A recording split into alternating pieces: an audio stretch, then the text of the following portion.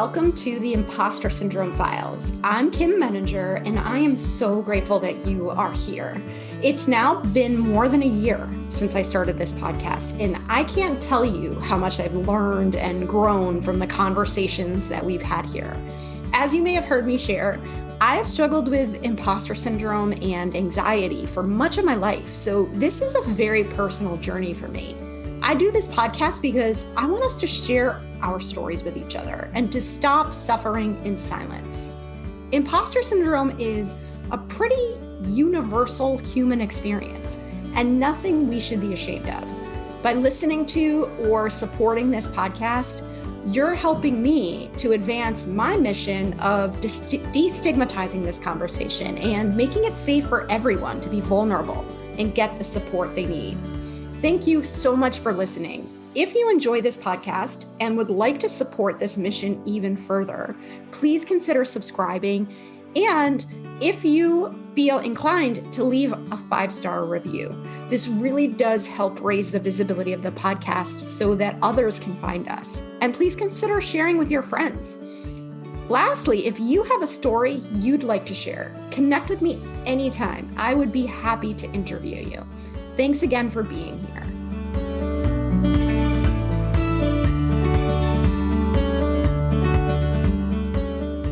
Welcome, Valerie. It's truly an honor and a privilege to have an opportunity to have this conversation with you today. And I would love to start by inviting you to introduce yourself. Sure. My name is Valerie Young, and I am a known expert on something called imposter syndrome, as you well know. I did write a book on the topic with Random House. It's in 6 languages, which I'm not telling you that to impress you. I'm telling you that because it really speaks to the fact that this is such an international kind of phenomena. And speak at corporations, associations, 100 universities around the world. And the last thing I want to say is I just recently co-founded something called Impostor Syndrome Institute, and our mission is to stamp out imposter syndrome around the world. Oh, what an inspiring mission. I think that's so exciting to hear. And I'd love to start by asking you a little bit about your personal story, because you share that on your website. And I think it's really helpful to hear how you found your way into this space. What kind of introduced you to imposter syndrome, and how did it show up for you? That's a great question. And sometimes people will ask me, Kim, why did you decide to become an imposter syndrome expert? I did not make a decision to be an imposter syndrome expert. It kind of found me. I was a doctoral student at the same university where my mom was working as a second shift custodian at the time. And this was around probably 1980 or so, just a couple of years after Pauline Clance and Suzanne Imes published their paper where they're the co-namers of the imposter phenomenon, as it is more accurately known. And so I'm sitting in class, and the student brought in his paper and started describing, look at this, you guys. There was a study. They found that all these bright, capable, competent women, because at the time they thought it was women, feel like they're in over their head and they're going to be found out, basically. And I just was kind of nodding like a bobblehead doll, like, oh my God, that's me. Looked around the room, it was all women in the class, by the way. So all the other women were nodding their head like me. So we decided to start a little imposter support group. And we started meeting after class and talking about our intellectual fraudulence, how we're fooling all of our professors. And everything went great for about 3 weeks. And that's when I started to have this nagging sense that even though everyone else was saying they were imposters, like I knew I was the only real imposter. So they were, of course, phony imposters. But I was so taken with it because my earlier work, I was going down this track to write about racism awareness training for white folks. That was my specialty at the time. But I just completely switched tracks and decided to look more broadly at women's self-limiting attitudes and behaviors that might lead us to feel like imposters, fakes, and frauds. I'm not a psychologist. My degree is in education. So my first instinct was to design a workshop to take what I learned from my research and design exercises, presentations, and a learning experience. This is before the internet. We hung up posters, we put an ad in the paper, got a meeting room at the Hilton, and 40 women showed up with a check in their hand. So I knew I was onto something. So that's kind of how it started.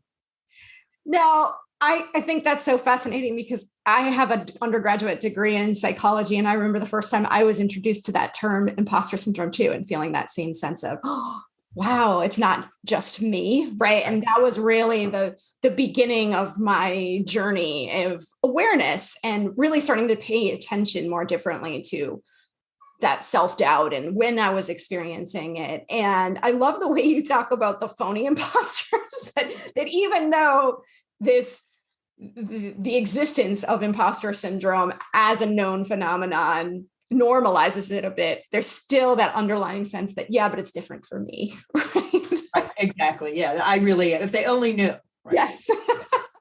So you mentioned that your book has been published in multiple languages and just showing what a hot button issue this is. And one of the things I have found too is anytime I have this conversation, it breaks attendance records. There's always such an interest in this topic. Did that surprise you?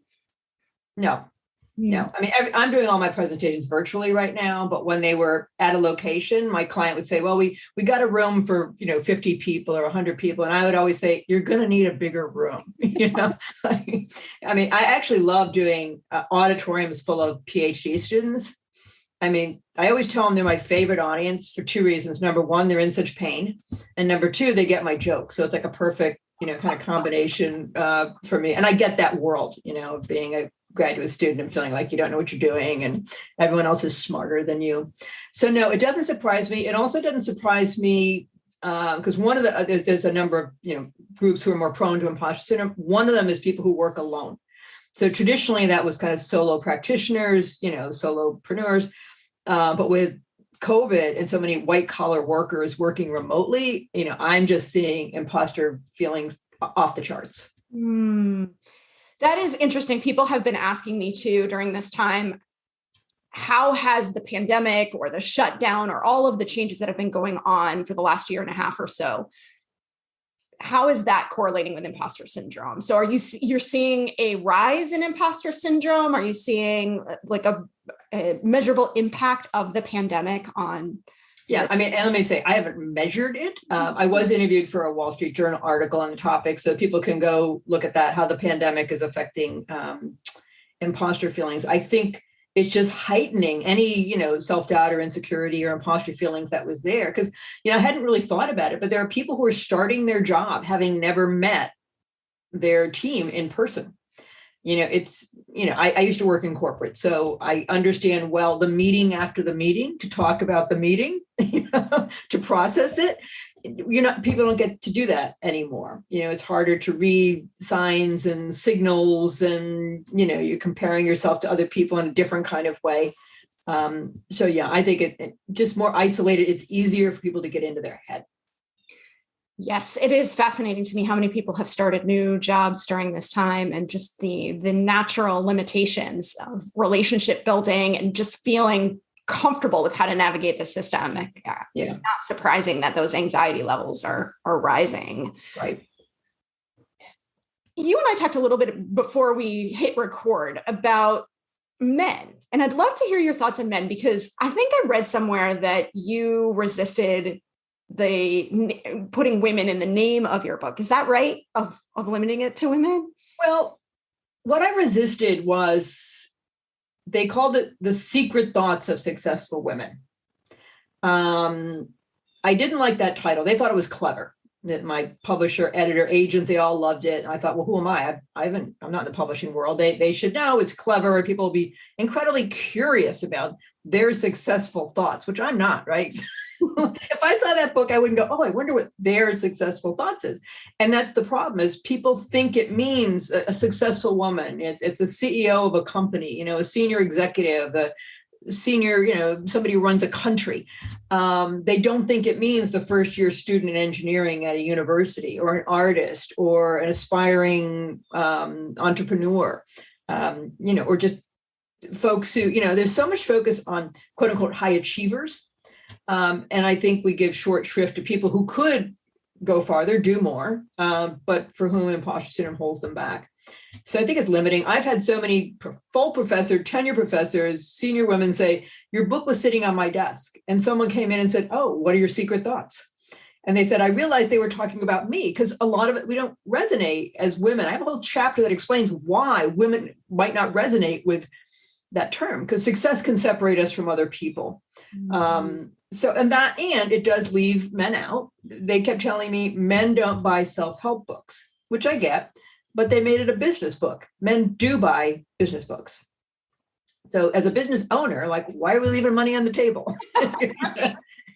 Right. And do you hear from men who have read the book? I mean, have men found their way to it despite the fact? Yeah, there definitely are men who found their way to it. I mean, I know there'd be a lot more if it was a completely different title. The first time I really had this aha moment that this is not just a women's issue, because for decades, literally decades, that's where I was speaking. Women's associations, women's groups, women at universities, women in science and engineering programs and things like that. And I spoke at Boeing. One day was women. It was Society of Women Engineers, had like an internal conference, a couple hundred people. The next day it was for anybody in the company. I walked into the training room and it was 80% men. And I was like, oh, excuse me, I'm in the wrong room. But it was the right room. And it was so amazing, Kim, to hear these, middle-aged white men talk about the sheer terror they felt when given a project that felt beyond them or over their head, or looking around the room and going, oh my God, he feels that way and he feels that way, and experiencing that kind of relief. And I think men, that's kind of the baby boomer generation that was in that room. But younger men are much more in touch with have more access to their emotions and are much more willing to talk about insecurities and self-doubt. So you also hear about it a lot more too. And does it show up differently in men? Are there differences that you see between the way women experience imposter syndrome and the way that men do? I think women as a group, I mean, when you talk about differences, you're always generalizing, right? Because you can't say all women do this and all men do that. And let me be clear, as a group, men are more confident than women. I mean, all the research says that that's true. So that confidence gap is true, but it doesn't mean that there aren't a lot of men who feel like imposters.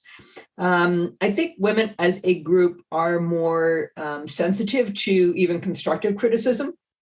I think we take it more personally. We let it mean more about who we are as a person. So someone says to you that report was inadequate, we hear I'm inadequate.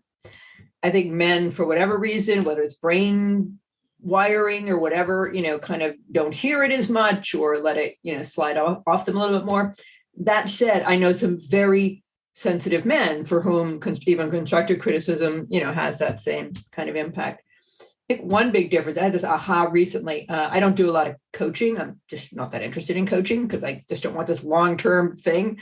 But this guy, got in touch with me. He was an executive, and his executive coach didn't know much about imposter syndrome, knew me. I don't know her, but she knew me and recommended me. And I was like, you know what? I'm curious, like what is up for executive men? I really have that conversation. But I said, I don't do this like 6-month coaching program. We're going to have a couple sessions. We're going to fix this.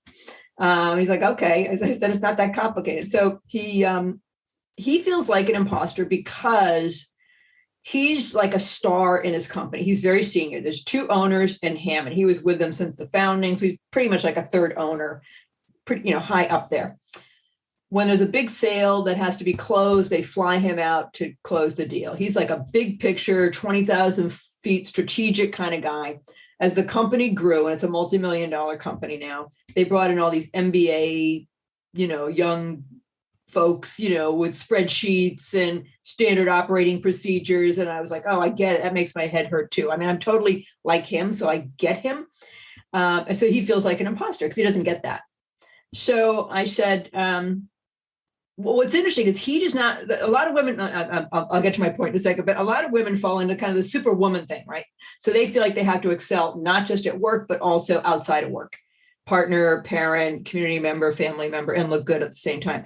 Men don't feel as much about that pressure on the outside to perform at that level. Some men do, but he did not. But for him, the Superman showed up in the sense that he felt like he should excel in all of those different, like the detail guy and the strategy guy. So I said, gee, John, it sounds like you're expecting yourself to be the star pitcher and the star catcher and the star base runner and home run hitter. And the look on his face, Kim, he's like, oh my God. And I usually use those analogies with women. He said, I'm a sports guy. He said, I just got it. So that was just, and it was like 2 sessions and I haven't heard from him since. Oh, that's such a great way to capture that, because that is one of the fundamental themes that I see is it's not enough to know my own area of expertise. I need to know everyone else's too. I'm constantly comparing myself, feeling like I don't know enough about what this person does, what that person does. And what a great way to just very quickly change the frame. Yeah. There's this great Mark Twain quote, which he said, "I was gratified to be able to answer promptly. I said, I don't know." Which is such a scary thing for so many people to imagine having to say. Yeah. Wow. So I'm curious because when I first started really researching imposter syndrome and talking about it, your book was the first book I read, and it was so comprehensive and I still go back to it as such great insights, such great strategies. What would be the first thing, or the most high level things that you would say to somebody listening right now who's saying, "Oh my gosh, that's me"? Well, a line that's not in the book that is very much kind of my point of view, my mantra right now, is that the only way to stop feeling like an imposter is to stop thinking like an imposter. And what I mean by that is what everybody wants is to stop feeling like an imposter. Like, just tell me how to cure this. I don't feel this way anymore, right? So they want to kind of go to a presentation feeling like an imposter and leave not feeling like a presentation, right? Read my book, feeling like one, end the book. Okay, that's done. Next, right? And feelings are the last to change. So it's, to me, it's really about, normalizing imposter syndrome. I always have to break it to people that they're not special. Like, most people feel this way, except for, kind of narcissists, smartest guy in the room. But it's about trying to learn from the people who are genuinely humble, but have never felt like imposters. It's interesting because there's over 1,000 dissertations on imposter syndrome. And given that, the number thrown around all the time is 70% of people have that feeling at one time or another. It's like, why aren't we studying the other 30? Yeah. Like, we're the majority. Like, what's up with the other ones? Yeah. Well, that's interesting, because do you have thoughts on who that 30% is? Because you mentioned the narcissist, right? And I think there are certainly people who just haven't felt that way because they have irrational self-confidence. Yes, exactly. Right. Because of irrational self-confidence. But how many of that 30% do you think is the humble, just sort of self-aware people who are? Boy, that's interesting. I don't know. I don't know it. All I know is I don't want folks to emulate, the opposite is not the smartest guy in the room. Like, we don't have to go there, which I say that because there's a lot of stuff out there about imposter syndrome is a good thing because it keeps us humble. Well, do we have to feel like an imposter to feel humble? I think we need to, it's a false choice. We can be an arrogant jerk, or we can feel like an imposter. So I think it's a pretty small percentage, but I know them when I meet them. Wow. Yeah, that's such a great point. What can we learn from them? Right. That's a great, a great question to consider. I'm curious too. The book has been out for a while, right? 10 years in October. 10 years. Happy anniversary. Right.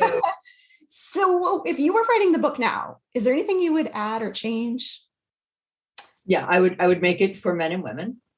I would add, a chapter on, I've already outlined the new book. If I write a new book, I hate writing, so we'll see. It really would be about rethinking imposter syndrome, not the false choice I just mentioned about, it being a positive. I would emphasize a lot more the whole notion of the only way to stop feeling like an imposter is to stop thinking like an imposter. I would talk more about organizational costs. I see this not as an interesting self-help topic, because I've spoken to, the largest companies on the planet, and they don't bring me in because they're into self-help. They understand on some level that there are costs not just for individuals, but also for the organization. I'm so glad you brought that up, because that's something I've been thinking a lot about too. When you think about the macro level impact of having so many people in your organization who feel this way, who's doing this well? What would an organization do to address this, or to create a space where people aren't as likely to suffer from this? I don't think I'm not aware of any organization who's doing anything kind of comprehensive, yet on imposter syndrome. I think we're going in that direction. I think there's lots of opportunities to go in and do, organizational development. And I did a podcast for the British Medical Society, on the student level. And they had a medical student and basically a resident, like a first, second year, physician. And they were saying how all they get in medical school is negative feedback, which I was already aware of. I was speaking at Stanford, and I talk about the fact that certain organizational cultures fuel self-doubt. And a student raised his hand. He said, what if there's a lot of shaming in the organizational culture you're in? I said, are you in medicine? He said, yes. So I knew it. So the highest mark that they can get is no concern. Oh, wow. That's the best you can do. Like, we're not concerned about you. Not that you did a great job, but no concern. And that would be a monumental task to get medical education and the medical field to change that culture. Now, can it be done? Absolutely. But I don't know that it's anybody's priority at the moment. I think there's a mentality of, look, that's how we went through it, so you can suck it up and go through it too. Right. Which was somewhat of my advice to them. I said, look, half of all medical students are going to graduate in the bottom half of their class, right? 50% of all medical students are going to graduate in the bottom half of the class. I never thought of it that way. I said, this is the culture you're going into. This is what you signed up for, whether you knew it or not. So I would say just kind of get with the program, realize it's not you, it's not personal. This is the way things are. It's like graduate students, like all they get in the margins, or if you submit a paper to a publication, nobody's writing great paragraph. Good point. They're writing, this doesn't make sense. Your argument is convoluted. You need more research here. They're only telling you how to fix it. And if you don't understand that that's the culture, you feel horrible. You feel like I suck, I'm an imposter. So on the one hand, it can help just to understand the culture that you're in. Yeah, that's a great point too. To not personalize it. This is everyone's experience, not just you. Yeah. Do you use the term psychological safety when you talk about imposter syndrome? I don't. Intentionally? No, it's just not part of my. Oh, I was curious if you have thoughts on whether there's a connection there in your mind. It's funny you say that, because somebody who signed up for you and I chatted earlier about the program where they're going to learn how to lead my workshop. Her whole thing is failure, and she does stuff for big companies. She's got some connection with a university in New Zealand. They're doing this big thing on failure and these 5 stages of psychological safety. And she's starting to kind of make these connections. So I don't know that much about it.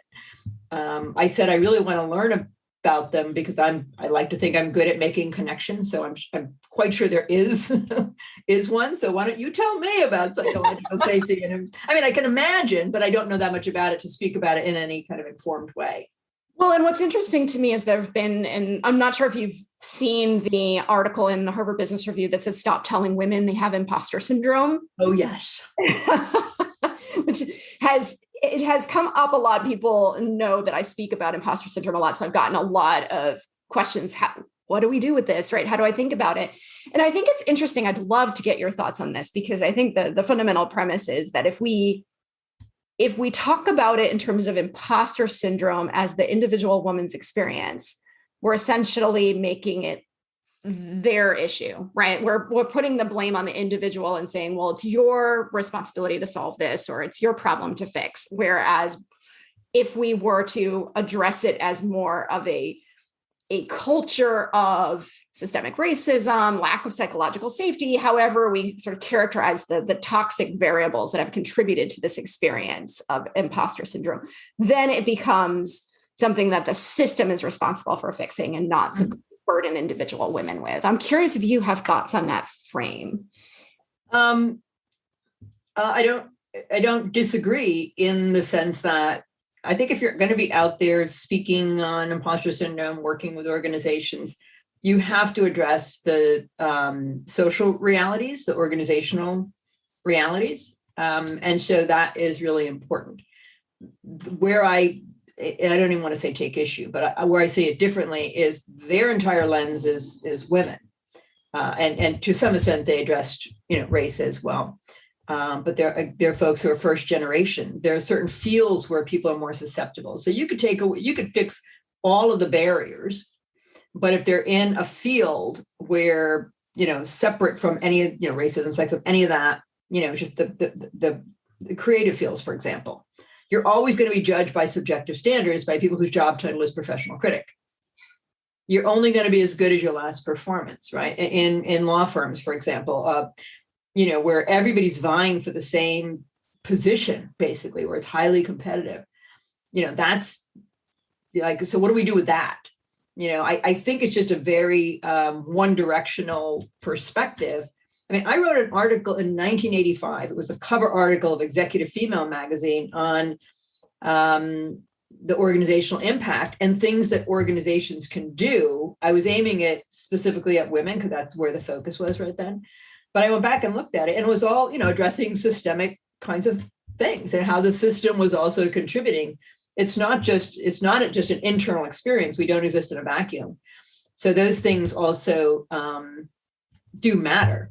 They absolutely matter. But there's situational factors, social factors, organizational factors, and messaging growing up. So there's more going on, I think. And why it's concerning, I was talking to somebody in Chile the other day, and she said, so now a lot of the companies are saying, oh, we're not going to talk about imposter syndrome because of that article. Mm-hmm. Like, oh boy, that's, that concerns me. I share your concern too. And one of the things that I often think about is what's within our individual control versus what's sort of, a macro level issue that absolutely should be addressed. Mm-hmm. But if we wait for that to happen, it's going to take a long time. And what do we do in the meantime? And so I agree that it's worth looking at what are those environmental conditions that might fuel imposter syndrome and how can we address those? But by saying don't tell women they have imposter syndrome, right, we ignore the very real experience that many women and others are struggling with right now. And what do we do with that? Right. I think what your book does so powerfully is it gives us as individuals tools and ways to show up differently, ways to think differently. I mean, it's all well and good to say it's not the woman's fault, but what do I do now with the very real thoughts and feelings that are making me show up this way? Right. Whether it's in corporations or, people who are self-employed who aren't charging what they're worth, and therefore there's a financial cost. I mean, it's still going to be happening. And again, we don't exist in a vacuum. The same women could go out and start their own business and be really just a complete solo practitioner or artist or whatever, and still have these feelings. I don't mean just women. I spoke at the Men of Color in STEM symposium at Cornell University a number of years ago. And a lot of focus on women, but young men of color dropping out of STEM at a slightly higher rate than women. But even if, again, people drop out of an organization, whenever you belong to any group for whom there are stereotypes about competence or intelligence, I mean, that doesn't end when you go in and out of the workplace. Yeah. That's just like reality, period. Right. So where you feel like you have to be kind of super disabled person because you represent your entire group.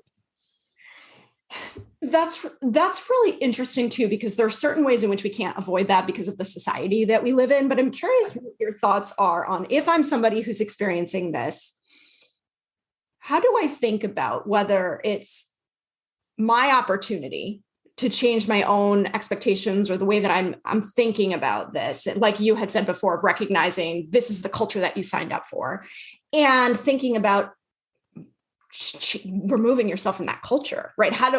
Where do I start to think about it's not healthy for me, or this is just not an environment that works for me, and it might be worthwhile to just think about doing something different. Yeah, absolutely. And I think, if you're in a toxic culture, I mean, there's two things. There's the dynamics of a whole, I don't know what to call it, industry field, like higher ed is its own thing. It doesn't matter whether you're at University of Maryland or you're at Harvard or you're at Texas A&M. It doesn't matter. It's like you're dealing with like the tenure process at a university, or you're dealing with being, the dynamics of being a graduate student or undergraduate or whatever. So that's not going to change. And now I can't even remember the question. What was the question again? I'm just wondering, how much? When do you check out? Yeah. Right. Okay. There you go. Thank you. And, I love it when these things happen when I can't remember the question, because I like to be a role model for hey, stuff happens. We all live, right? We're fine. Right.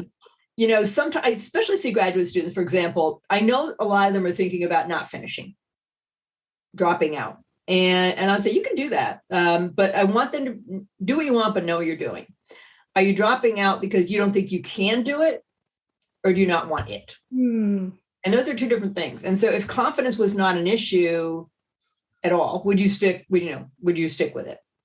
And I encourage them to stick with it, because they will never regret getting the doctorate, even if they go off and become a carpenter. Like, finish it, jump to the big hoop, get it done. That said, I escaped. I was in a Fortune 200 company. I was commuting 90 miles a day. I figured out how to leave my job. I started a newsletter and a website called changingcourse.com. I owned that for 25 years. That was all about people taking the leap from having a boss to being their own boss. So I'm all about self-bossing, self-employment, entrepreneurship. And I think, sometimes people stick with like medicine or law, or, they feel like, well, I've invested all this time and energy in my career. It's like, okay, so the solution is to piss away the next 40 years of your life, because, I think it just makes you more interesting that you were, a urologist and now you opened a sushi restaurant. I don't know. I just think it's more interesting. That's very true. First of all, I want to thank you for everything that you've shared so far. And as we start to wrap up, I have a question for you. Do you still experience imposter syndrome? I don't experience imposter syndrome. If we stick with the definition, which is, I don't chalk my accomplishments up to factors outside of myself. I'm realistic about, I have a co-founder now, and I'm very realistic about when we succeed together, it's going to have a lot to do with her and helping, but that doesn't take anything away from me. I'm not afraid of being quote unquote found out, because I feel like I have a healthy understanding of my limitations, and I'm good with that. I always tell people I'm really good at like 2 or 3 things. I'm okay at 4 or 5 things, and I suck at everything else. And I'm good with that, because I don't expect myself. I have much more realistic expectations of myself. So in that regard, let me be clear, I could still be crushingly disappointed, if something doesn't go well. But I don't feel shame. If I didn't try, shame on me. But if I gave it my best shot, so you can still feel self-doubt, but not necessarily feel like an imposter. Well, that's a really inspiring message too, because I do think people want to feel like there's hope, right? That if I'm going to do this work, if I'm going to focus on myself and shifting some of these thoughts and behaviors, that it will pay off, and that there's a light at the end of this tunnel. Oh, there absolutely is. And I think if we can develop a more realistic, I don't want people to confuse competence and confidence. We think if I was really competent, I'd be confident 24/7. No, you wouldn't. Nobody is. So we get a little twinge of self-doubt, like, oh my God, it's impossible. I'm always going to have it for the rest of my life. And no, you're just struggling with normal self-confidence going into this new thing or whatever it is. Yeah, that's a great point too. I think just having realistic expectations about how we're going to feel when we show up in a new situation. Literally, if Oprah called me tomorrow, I'd be, oh my God, I'd be nervous about, stumbling over my words. I wouldn't want to forget Oprah's question. Let me be clear on that. But I would make a joke. I'd use it as a teachable moment, but I wouldn't want to lose track of her question. And then I think, like, what do I wear? Right. So. Right. That's great. Is there anything else that you would share as we wrap up today with the audience? Any closing thoughts that you have? I guess the biggest one, Kim, and this is in my book, is that this is not all about us, about, that everybody loses when bright people play small. There's costs and consequences that go beyond ourselves, whether it's, our family, our customers, our clients, our employer, the larger community. One of the things I put in my book is that, in a world where poverty and illiteracy disproportionately affect women and girls, I think it's all hands on deck. So you don't have to go out and solve world hunger or world peace or solve climate change or save an endangered species. But I do want all of us, as women especially, but not uniquely, to kind of raise their hand in a meeting, or raise their hand in a class, or raise their hand for a raise or promotion, or scale their business. because everyone does lose when bright people play small. That's such a powerful way for us to wrap up today. Thank you so much, Valerie. This has been such a pleasure. Thank you. Thanks again for listening. If you'd like to stay connected, please join the Leading Women discussion group, which meets every Thursday at 12 p.m. Eastern. This is a place where women come together to discuss questions or challenges related to leadership development and career management. It's a great place to learn from, support, and connect with other women on similar journeys. In addition to the weekly calls, we also have a Facebook group and a Slack channel where we stay connected and support each other. Please join us there too. You can check out the show notes for the links. Before we wrap up, if you like this podcast, I would love to share another podcast with you that I know you will enjoy. Do you ever find yourself playing small? Do you want to take risks, but in the end, you end up taking the safe route? Does your inner critic keep you from reaching your full potential? As counterintuitive as it often feels, we don't become confident first and then take action. It's through our actions that we build our confidence. That's why one of the greatest ways to manage imposter syndrome is by taking brave and bold action. If you want inspiration and insights to help you to take action and to be brave at work, then my friend and colleague Jen Pastikas's Brave Women at Work podcast is for you. Jen and I met when we interviewed each other for our podcasts, and I knew instantly that Jen and I shared a similar worldview and a commitment to empowering women to be our best selves. On her podcast, Jen digs into common challenges such as perfectionism, boundary setting, and burnout, all to empower us to shift our mindsets and play bigger in the workplace. You can find the Brave Women at Work podcast on Apple Podcasts, Stitcher, and Spotify. Visit the show notes for the relevant links. Thanks again, and please stay in touch.